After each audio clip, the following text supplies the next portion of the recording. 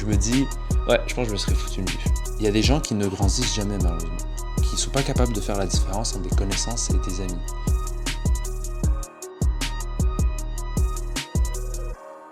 Bonjour à toi et bienvenue à l'Incubateur, mon podcast hebdomadaire pour t'apprendre à devenir un homme que les autres admireront pour tes valeurs, ta résilience et ta confiance en toi.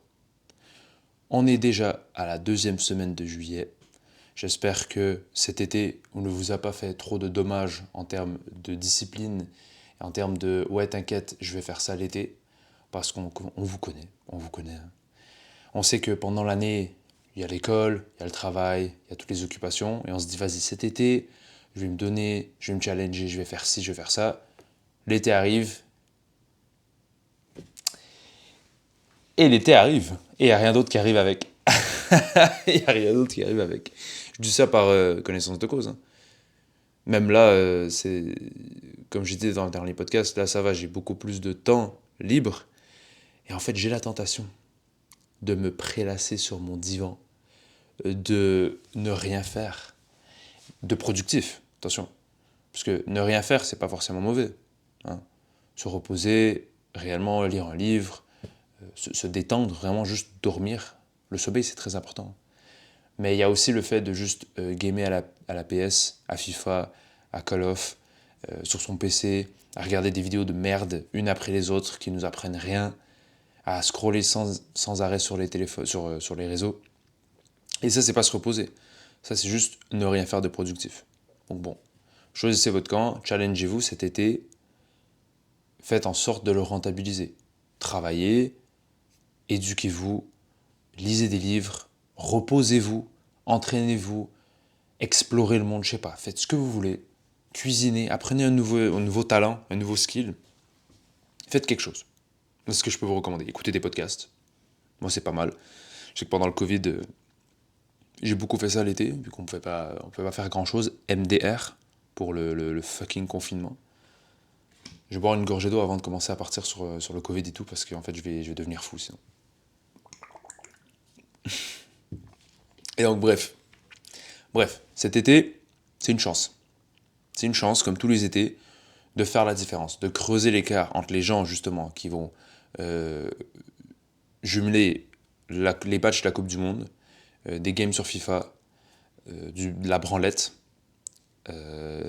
et du Uber Eats, donc pas apprendre à cuisiner, et sommeil de merde. Et qui vont revenir l'année prochaine, ils vont se dire, au début de l'année, ils vont se dire, putain, cet été, j'ai rien foutu, avalez, vas-y, l'été prochain. Et devinez quoi, l'été prochain, il va se passer la même chose. Et vous, qui aurez décidé de juste devenir peut-être 1% meilleur, 2% meilleur, d'aller chercher quelque chose de plus. Et aujourd'hui, justement, c'est un peu le sujet du podcast par rapport à l'environnement. En fait, on parle souvent dans le développement personnel parce que c'est un podcast de développement personnel. Je cherche à vous développer personnellement. MDR, c'est dans le nom. Hein, ça ne prend pas un bac plus 40 pour comprendre ça. Vous développez vous, mais prenez en image une plante. Une plante, c'est vous. Okay, vous êtes une plante. Bon, vous avez un peu plus de valeur qu'une plante, hein, je vous rassure. Vous êtes une plante, et en fait, il y a 2 versions de vous. Il y a la plante qui pousse dans un environnement entouré d'autres plantes, grandes, saines, avec de l'eau pure, avec bonne quantité de soleil, avec tous les nutriments nécessaires dans le sol pour grandir. Et à côté, il y a une plante qui grandit dans l'ombre, seule, avec du béton autour, et qui doit grandir dans une terre vierge où il n'y a rien. Elle est stérile, il n'y a absolument rien.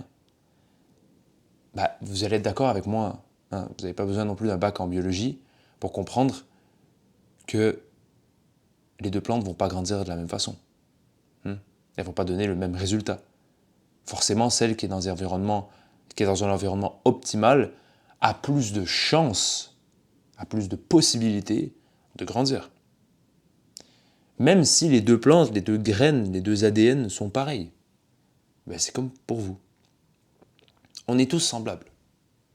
On n'a pas tous le même ADN, on n'a pas tous les mêmes difficultés, les mêmes chances, les mêmes facilités, les mêmes contextes de vie. Mais souvent, c'est pas forcément ce avec quoi on est né qui va déterminer notre potentiel de progression, notre idéal à atteindre. C'est l'environnement, c'est tout ce qu'il y a autour. Et lorsque je dis tout ce qu'il y a autour, première chose à laquelle vous pensez, la famille. Bon, pour ceux qui ont la chance comme moi d'avoir une bonne famille où il y a eu de l'amour, où il y a eu de la motivation, où il y a eu la compréhension, où il y a eu la protection, etc., vous comprenez que ça a pu jouer en votre faveur. À côté, il y a beaucoup de personnes, même dans mon entourage, qui ont eu des familles de merde. Tu sais, une famille vraiment de merde. Où les parents n'étaient pas là, où carrément les parents ne voulaient pas que leurs enfants progressent, étaient jaloux, parce qu'ils n'ont pas eu la même chance. Donc en fait, au lieu de se dire comme des humains normaux, ben moi j'ai pas eu la chance d'avoir quelque chose, donc je veux que mon enfant ait la chance de l'avoir, ils se disent, ben moi j'ai pas eu la chance de l'avoir, donc mon gosse, il va pas l'avoir. Mon gosse, il va avoir les mêmes difficultés que moi. C'est un raisonnement retardé, hein. Vous êtes d'accord? C'est complètement stupide. Ben, il y a des parents qui l'ont. Et peut-être qu'il y en a qui me regardent et qui ont des parents comme ça. Tout ce que je peux dire, c'est je suis désolé pour vous, mais vous choisissez pas vos parents. Vous choisissez pas vos parents, donc vous devez faire avec. Et c'est comme ça. Ce que vous pouvez choisir, c'est deux choses. C'est la façon dont vous allez laisser cette expérience vous affecter. Prenez l'exemple que je viens de donner. Vous devez vous dire, ok, mes parents, ils ont été des gros enculés sur ce point-là. Ils m'ont pas donné la chance, ils ont été jaloux, ils ont été méchants, ils m'ont battu, etc. Plein de trucs. Bah, du coup, maintenant, ça s'arrête. Ça s'arrête. Parce que peut-être que eux l'ont vécu avec leurs parents, et que vos grands-parents l'ont vécu avec leurs arrière-grands-parents, et que c'est générationnel. Vous devez être le point où ça coupe. Dans l'arbre généalogique, il faut que vous ayez été un point clé, un point central, un point où il y a plein de trucs qui ont arrêté. Des violences, autant psychologiques, physiques, la maltraitance, la pauvreté, tout ça, ça s'arrête avec vous. Vous devez vous dire, bon, il y a eu des générations et des générations qui sont venues, qui ont évolué, qui ont grandi, qui ont répété les mêmes schémas, et avec moi, ça s'arrête. Ça, c'est la première chose. La deuxième chose que vous pouvez choisir, c'est le reste de votre entourage. Vos amis, vos mentors, les personnes que vous idolâtrez, entre guillemets, que vous admirez, tout ça, vous pouvez les choisir. Et justement, on va amener ces trois points-là, on va les explorer, ces pistes. Ces trois pistes de votre environnement que vous pouvez choisir. N'oubliez jamais l'image de la plante. Là, vous êtes une plante où vous pouvez choisir où vous allez grandir. Vous ne choisissez pas l'ADN qui vous représente et qui vous façonne en fait. Et vous ne choisissez pas non plus la terre à laquelle vous avez grandi au départ. Mais vous pouvez migrer, vous pouvez changer, vous pouvez améliorer votre environnement par ces trois points. Les amis. Et bon, lorsqu'on est au lycée, collège, lorsqu'on est plus jeune, les amis, c'est plus compliqué. Souvent, les amis, ça s'arrête à qui nous ressemble, qui est populaire, qui a les mêmes attraits que nous, qui nous estime, en fait. Parce que quand on est jeune, on veut se faire aimer. Souvent, c'est le cas. On veut se faire aimer. Donc, parfois, on va un peu se brider. On a des valeurs, on va pas trop les laisser se démontrer. On va essayer de plaire, on va essayer de se conformer, on va essayer de rentrer dans le moule. On va kiffer ce que les autres kiffent. On va essayer d'adopter leur code. On va pas trop s'affirmer. Sauf pour certains. Hein. Il y en a certains qui s'affirment directement, ils en ont rien à foutre. Trop bien. J'ai rien à dire. Moi, j'étais pas comme ça. Moi, j'ai essayé de me conformer et tout, et j'ai vraiment... quand j'y repense parfois, je me dis, ouais, je pense que je me serais foutu une gifle. Là, si je me revois quand j'avais 15-16 ans, je pense que je me serais foutu une petite gifle. Parce que j'ai des comportements tellement d'énormes abrutis, d'énormes singes. Voilà, il faut que je laisse les flashbacks revenir. Attends, je vais prendre une petite gorgée d'eau parce que là, j'ai les souvenirs qui reviennent. C'est gênant. J'en parlerai peut-être pendant un podcast. Bref, quand on est plus jeune, souvent les groupes d'amis ils sont faits par défaut. On n'a pas vraiment le choix. C'est un peu ça la phrase. On n'a pas vraiment le choix. On est tout le temps à l'école, ou on est tout le temps dans un club de foot. Donc, les amis, c'est avec ce qu'on a. Ensuite, on grandit. Surtout lorsqu'on sort du lycée, lorsqu'on va à l'université. Là, il y a les gens qui comprennent qu'en fait, ils ont commencé à avoir 18, 19, 20 ans. Donc, ils peuvent aller explorer ailleurs, voir leurs propres intérêts, voir d'autres personnes, choisir, parce qu'ils ne sont pas toujours obligés de fréquenter les mêmes personnes. Et même s'ils fréquentent les mêmes personnes, quand tu es rendu un peu plus vieux, tu fais la différence entre des connaissances et des amis. Moi, j'ai beaucoup de connaissances. Et j'ai peu d'amis. Parce que les connaissances, c'est bon, une personne, tu vas la voir à l'université, ah ouais, c'est trop bien et tout. Vous riez même ensemble, hein. Vous riez ensemble en cours et tout. Mais c'est pas quelqu'un où tu vas prendre des nouvelles de lui, où tu vas l'inviter chez toi, où il va t'inviter chez lui, où tu vas lui faire des cadeaux. Tu vois, juste comme ça. Pas un cadeau pour son anniversaire, juste te dire, tiens, je prépare un repas, tiens, je t'amène une boîte, ça me fait plaisir. Tu vas pas l'inviter chez tes parents. Il va pas t'inviter chez ses parents. Tu vas pas l'inviter à ton mariage. Tu comprends? C'est ça la différence. J'ai beaucoup de connaissances. Il y a beaucoup de personnes à l'université où je m'entendais très bien avec eux. Ouais, c'était bien, c'était sympa et tout. Mais ce ne sont pas des amis. Ce ne sont pas des amis. Mais à l'inverse, j'ai des amis où ça fait peut-être 3 mois qu'on ne s'est pas parlé. Ça fait 3 mois qu'on ne s'est pas parlé. Et je sais que si demain je leur écris, ou demain je leur propose de faire un truc, ça va être comme s'il n'y a eu aucun temps de latence, aucune pause. Parce qu'on est amis en fait, ça va plus loin que ça. L'amitié va plus loin. Et donc, il y a des gens qui ne grandissent jamais malheureusement, qui ne sont pas capables de faire la différence entre des connaissances et des amis. Et ils doivent toujours se sentir obligés de faire partie d'un groupe. Ils ne peuvent pas se dire, non mais en fait, je m'en fous, je ne veux pas faire partie de groupe, je peux avoir des connaissances, toute la classe en fait c'est des connaissances, je m'entends bien avec tout le monde, j'ai pas de groupe, j'ai pas de, eux je les aime bien parce que eux ils sont gna gna gna et parfois ils appellent, et que je suis pas obligé de plaire ou d'aimer tout ce qu'ils aiment, parce que c'est des connaissances, c'est pas mes potes, c'est pas des amis. Et à côté de ça, j'ai des gens où je suis pas obligé de leur parler tous les jours, où on n'est pas obligé d'être d'accord sur tout. Mais notre relation va plus loin que ça. Elle est plus profonde. Ces gens-là veulent mon bien. Je veux leur bien. Je veux qu'ils progressent. Ils veulent que je progresse. Ils sont capables de me dire les choses en face. Ils connaissent des choses privées, très privées sur moi. Et je connais des choses très privées sur eux. On a eu des discussions profondes. Ça, c'est des amis. Et ça, c'est des gens qui vont contribuer à ce que la fleur, la plante que vous êtes, grandisse. Sans tomber dans des mauvais chemins. Sans se dérouter. Sans être moins que ce qu'elle a le potentiel de devenir. C'est des gens qui vont venir agir comme des témoins. Vous savez, une plante, lorsqu'elle commence à grandir un peu en diagonale, on vient lui mettre un témoin pour être sûr qu'elle repousse droit. Et ensuite, lorsqu'elle recommence à pousser droit, le témoin peut partir. Et une amitié, c'est ça. Un ami, c'est ça. Un ami, c'est quelqu'un qui va venir vous voir lorsque vous faites de la merde, qui va vous regarder dans le blanc des yeux, qui va vous dire « Tu fais de la merde. T'es en train de te dérouter. T'es en train d'aller dans un chemin où tu niques ton potentiel. En gros, t'es en train de suivre une voie qui te ruine et qui va t'empêcher de réaliser ton plein potentiel. Et ça, c'est une amitié. Ça, c'est une amitié que vous devez garder. Du moment où quelqu'un vient vous dire quelque chose comme ça, ou que vous êtes capable de dire quelque chose à quelqu'un et qu'il le prend et qu'il ne le rejette pas, vous savez que c'est potentiellement quelqu'un qui peut devenir votre ami. Parce qu'attends, il peut avoir des coups de pute aussi. Il y a des gens, ils ont des bonnes intentions, mais ils sont capables de faire des gros coups de pute. Et bien, lorsque des gens commencent à montrer ce genre de caractère, de je veux ton bien, et que pour l'instant ils n'ont pas fait des coups de pute, vous pouvez les considérer comme des amis.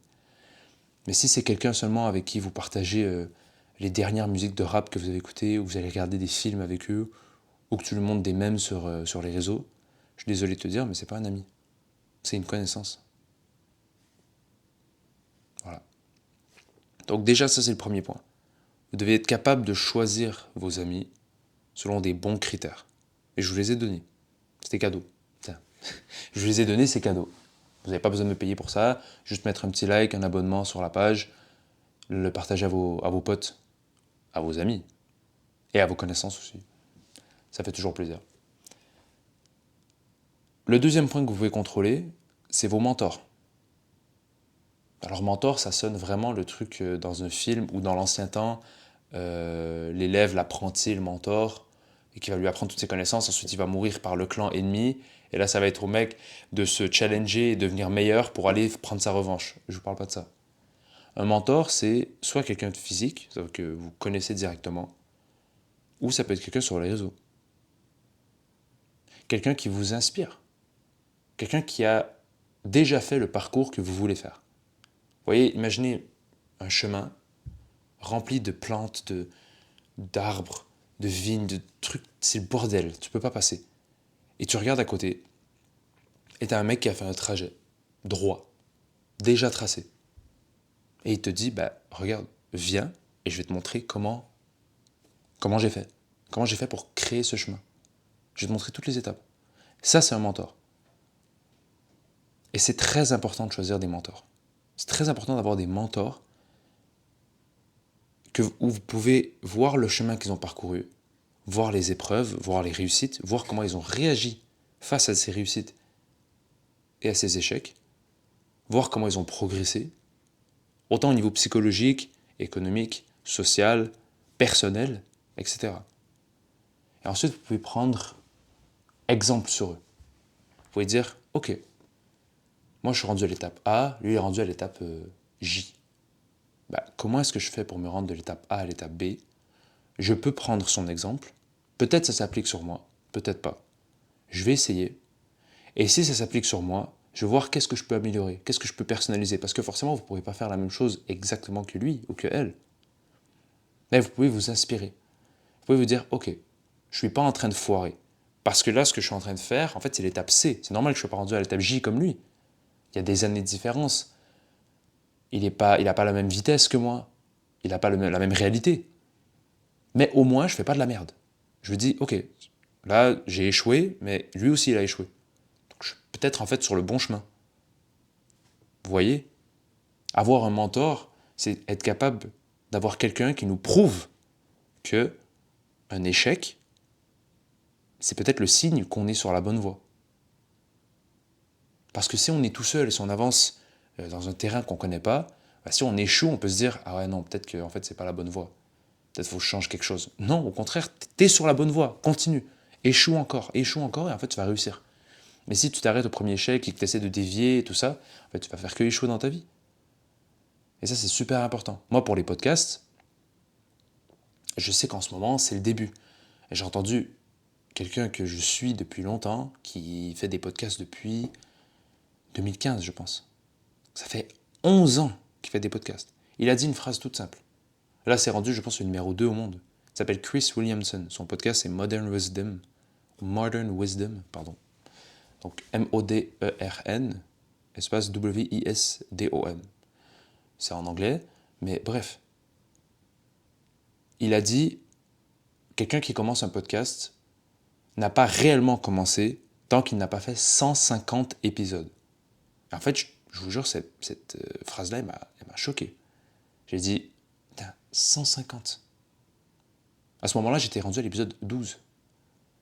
Je me disais, waouh. Et j'étais en train de me demander, pourquoi ça marche pas? Qu'est-ce que je fais de mal? Il n'y a pas beaucoup de vues.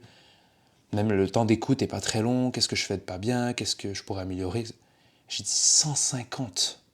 150. Et attention, à 150, il n'a pas dit vous allez réussir.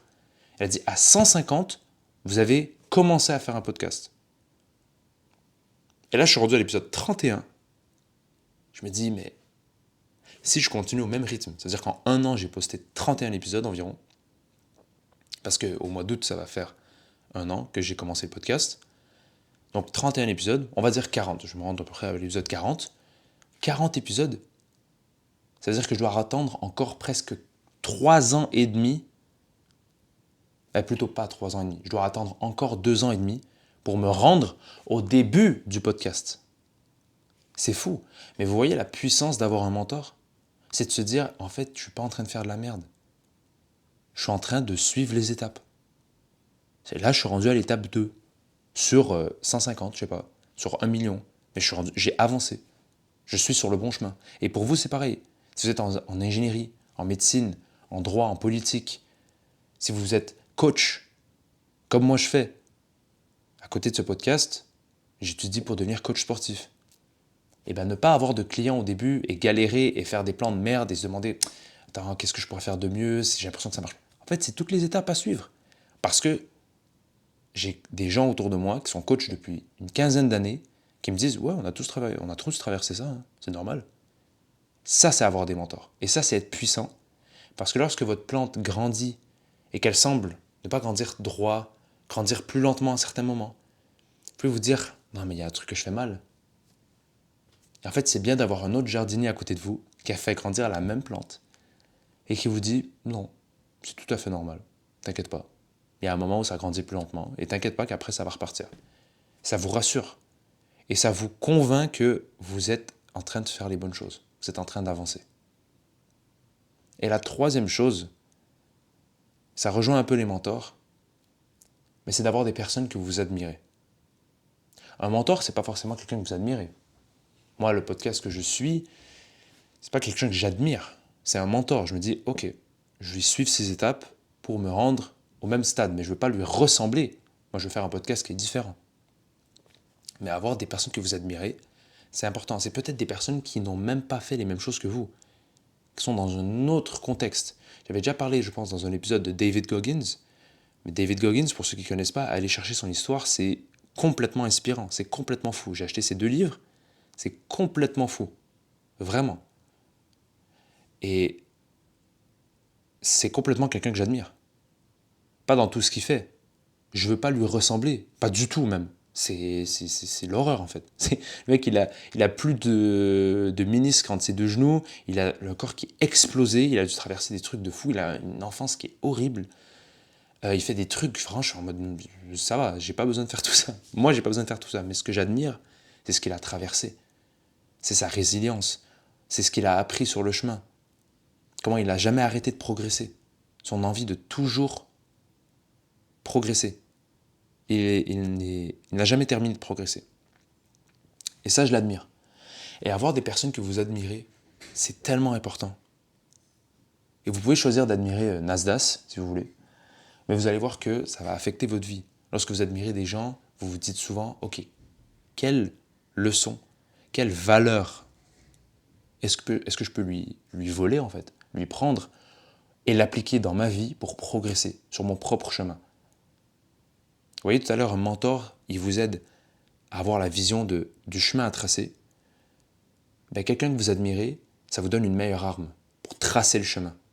Parce que vous êtes armé, vous avez de la motivation, vous avez de la discipline, vous avez de la résilience, vous avez des valeurs qui sont solides.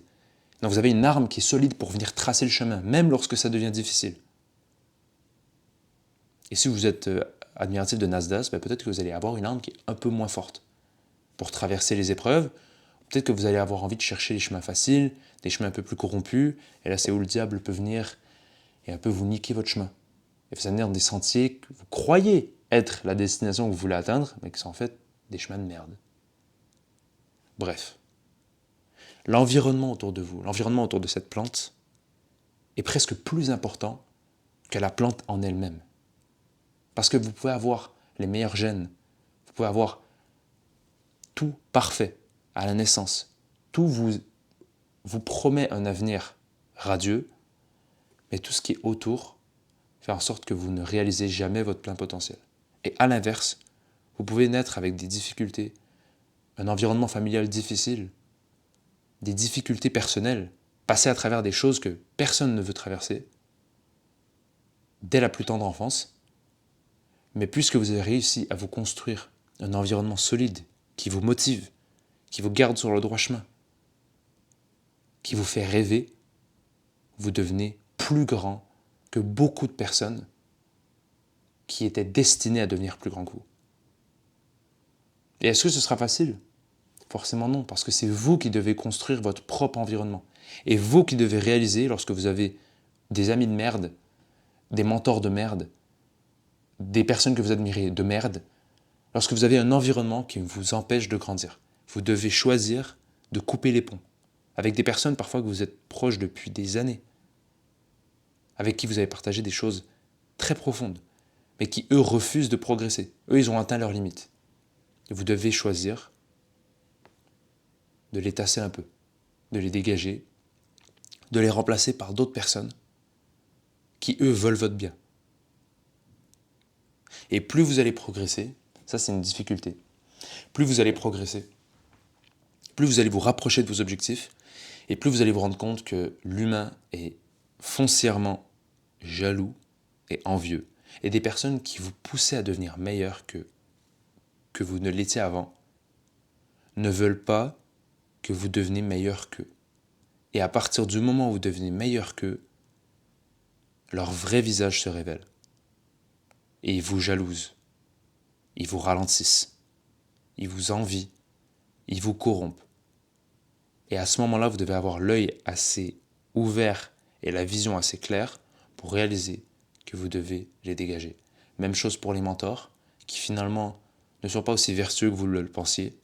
Vous devez être capable de vous dire, ok, à partir de cette étape, je veux plus suivre son chemin. Je veux tracer le mien ou je veux trouver un autre mentor. Les personnes que vous admiriez et qui finalement se révèlent corrompues, menteuses, vous devez vous dire, ok, je prends ce qu'il y avait à prendre, le reste, ça dégage. Ces valeurs qui étaient si bien, je vais les appliquer quand même sur moi et je vais essayer de devenir une personne que les autres peuvent admirer. C'était Saif Badruddin pour l'incubateur et comme d'habitude, cherche la difficulté.